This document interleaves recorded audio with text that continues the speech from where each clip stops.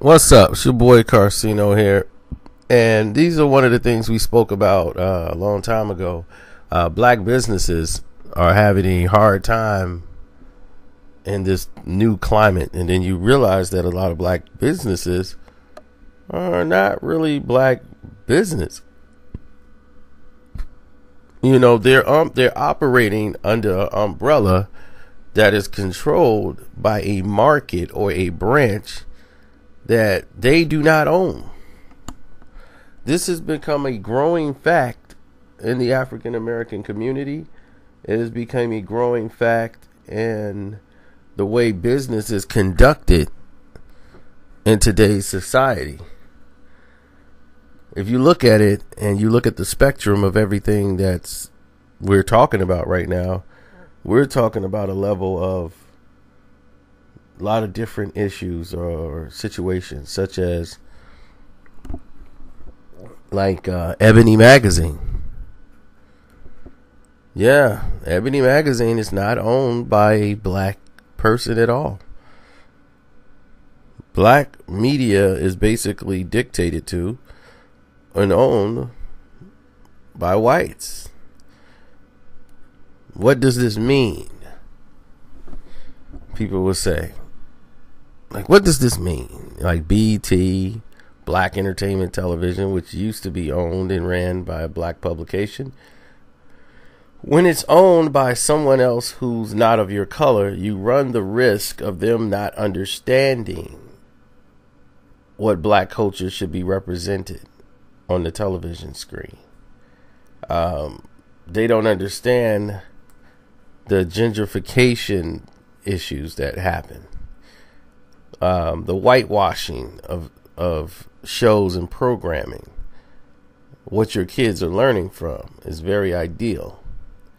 You see, there's a reason LeBron James had that school, and it was dedicated to 3rd and 4th grade. Around 3rd and 4th grade is where most of the children, they pretty much evaluate where they're going to go in their lives. From 3rd and 4th grade, they take tests at 3rd and 4th grade level, and then see and make a decision on. They used to do that to prison rates. They used that system to judge, okay, this is how many percent of these kids are going to probably end up in jail. This is the percentage of those who will be at minimum wage. These are the kids we think would excel and go past all the traps. Now you got a situation in which you have a growing effect that's going on with 3rd and 4th graders as far as where they're going to be educated at from the programming era too. Television. Most kids who are in 3rd and 4th grade, a lot of them now have abandoned cartoons and they're watching television shows and programs. Back then, they had black family television shows such as The Cosby Show. You had black families on television who were represented in ways that made them look empowering. You had Family Matters. You had all these shows that were educational learning lessons. Even Different Strokes, where black kids were adopted by a rich white family. They all had structure and programming in it that has something to do with values. Now that has been erased. Your 3rd and 4th grade students that are watching things on the internet, unchecked, unbalanced. They all have cell phones. They're moving at a whole different speed than what the rest of the world is. You think you're monitoring your kids. Your kids are always one step ahead of you, they feel, because you're out of touch with what they're doing.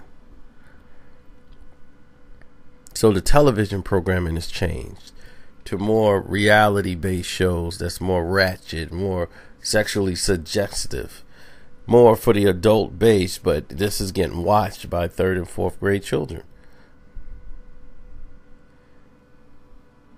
There's no respectable shows hardly anymore for black families.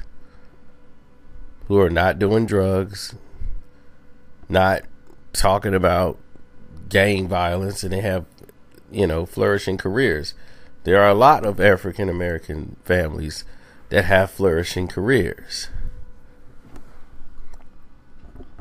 You have to understand something, and understand a few things about how this whole thing works, as far as policing us and dictating information. And you start to see the difference from BET back when it was black owned, with Johnson and Johnson company owning it, to this company that's owning it now. Just look at the programming. That tells you what you need to know. The Ebony magazine, it's not what Ebony used to be back in the day. But they pretty much don't bother Ebony or put pressure on them. But there's a lot more balance in Ebony now than it used to be. They talk about certain things in Ebony, but not like they used to. Certain subjects, the magazine publication, they have to get cleared by this new publication or it's not coming out. They didn't talk about the Haiti issue and what was going on there, which the old Ebony would have done. This Ebony did not. There are plenty of other companies, and a lot of corporations have absorbed black businesses, from the record companies everywhere.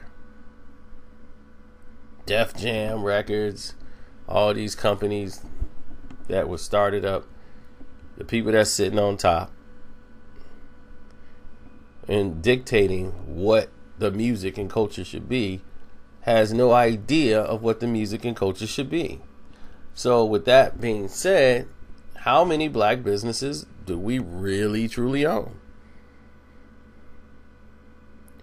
Tomorrow I'll probably do it live. We'll do one more Vast on my business channel. We'll go over there on the news channel I got, rather.